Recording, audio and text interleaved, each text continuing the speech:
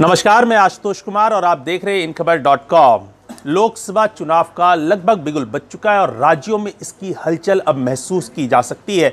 वैसे आप जान रहे हैं बिहार में आपको किस तरीके से जो दल है, एनडीए है, उसमें किस तरीके से बिखराव हो गया और उसके बाद महागठबंधन में भी एक तरीके से शफल चल रहा था, विभिन्न दलों को जोड़ने की कोशिश हो रही थी।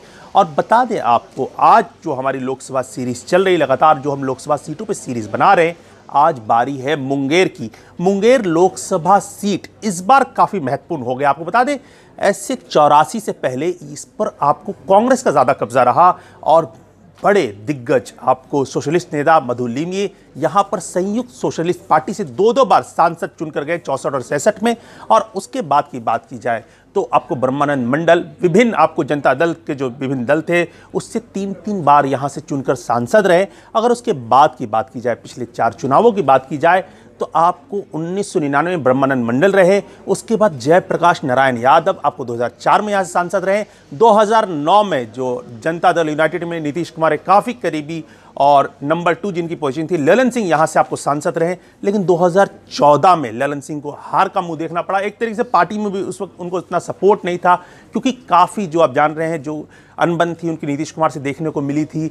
पार्टी में 3 साल तक साइडलाइन रहे, लेकिन फिर भी पार्टी ने 2014 में उनको टिकट दिया और 1 लाख से ज़्यादा वोटों से वो वीणा देवी से हार गए। वीणा देवी आपको बता दें बाहुबली सूरजभान सिंह की वाइफ है। और आपको बता दें अभी जो ठीक से सीटों का जो बोलते हैं कि कौन सीट पे किस पार्टी लड़ेगी एनडीए में, वो अभी तक जो ठीक से बंटवारा नहीं हो पाया। उसकी बता दें जो फांस है मुंगेर की सीट को भी कहा जा रहा है। आपको बता दें लोजपा, भाजपा और जनता दल यूनाइटेड मिलकर चुनाव लड़ रही है और लोजपा से यहाँ पे आपको सांसद है आपको वीणा देवी।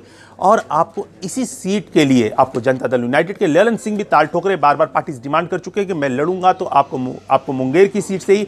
और यहाँ पर वीणा देवी भी कह चुकी हैं अगर वो इस सीट से नहीं लड़ेंगी तो घर में बैठकर वो अपना रोटियां पकाएंगी, घर का किचन का ही काम देखेंगी। तो आपको बता दें जो अभी जो खबरें आ रही है, आप जानते हैं अनंत सिंह आपको मोकामा के आपको बाहुबली आपको विधायक निर्दलीय चुनाव लड़ा, जेल के अंदर चुनाव लड़ा, उसके बाद जीत गए। वो इस सीट पर ताल ठुक चुके हैं। एक तरीके से ललन सिंह से उनके पहले पुराने घनिष्ठ संबंध थे, लेकिन अब संबंध अच्छे नहीं।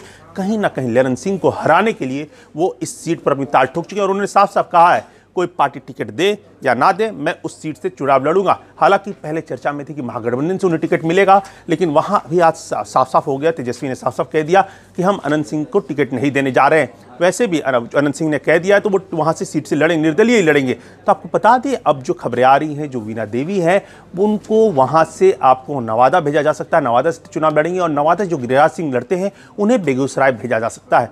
तो इस बार जो समीकरण बदल गया है, 2 दिग्गज है। अगर अनंत सिंह वहां से लड़ेंगे और उनके सामने आपको रहेंगे आपको ललन सिंह, तो दोनों का जो वोट बैंक है, जो 2 दिग्गज हैं, उनका वोट एक दूसरे का वोट जो बट जाएगा, जो उनका कास्ट वोट है वो बटेगा। और इसमें जो फायदा है वो महागठबंधन के कैंडिडेट को हो सकता है।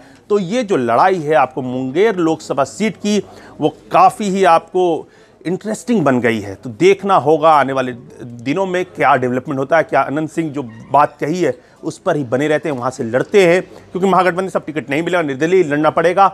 और उसके बाद ललन सिंह को वहाँ टिकट मिलेगा और वीणा देवी क्या नवादा जाती हैं और कौन होगा महागठबंधन का कैंडिडेट, ये भी बड़ा सवाल है। तो लगातार हम लोकसभा पे वीडियोस बना रहे हैं। अगर आप लगातार लोकसभा की जानकारी लेना चाहते हैं, जो भी डेवलपमेंट हो रहा है लोकसभा चुनाव की, उसकी जानकारी से जुड़े रहना चाहते हैं, तो हमारे चैनल इन खबर को सब्सक्राइब करें।